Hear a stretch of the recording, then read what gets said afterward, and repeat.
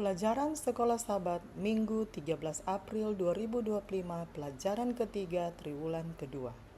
Dengan judul untuk hari ini, Satu Daging.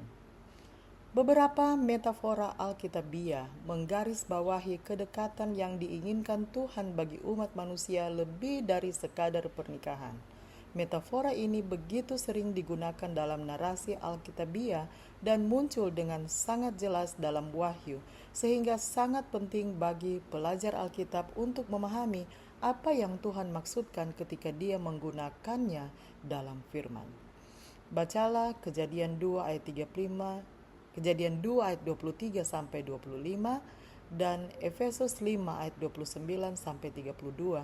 Dengan cara apakah pernikahan manusia mencerminkan ikatan Kristus dengan umat manusia? Saya baca dalam Kejadian 2 ayat 23 sampai 25.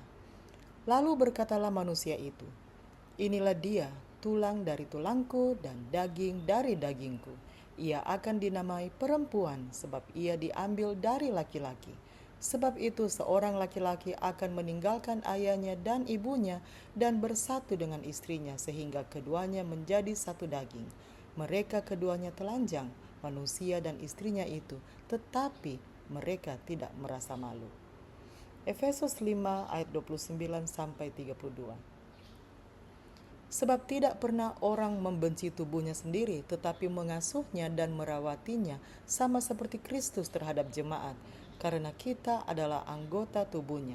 Sebab itu laki-laki akan meninggalkan ayahnya dan ibunya dan bersatu dengan istrinya, sehingga keduanya itu menjadi satu daging. Rahasia ini besar, tetapi yang aku maksudkan ialah hubungan Kristus dan jemaat.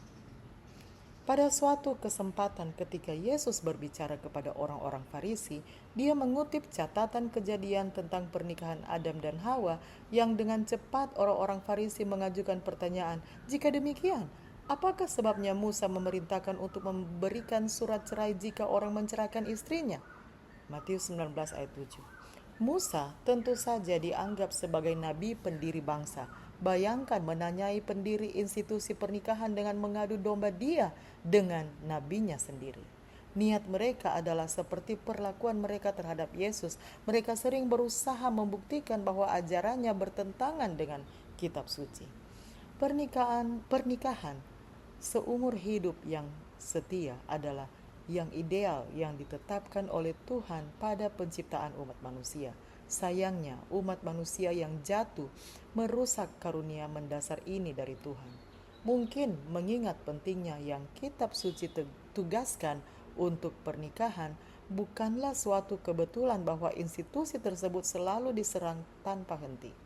Bersamaan dengan hari Sabat, itu adalah salah satu dari dua karunia yang dianugerahkan kepada kita di Eden, dan keduanya dimaksudkan untuk menunjukkan kerinduan Tuhan untuk menjalin hubungan yang dekat dengan ciptaannya.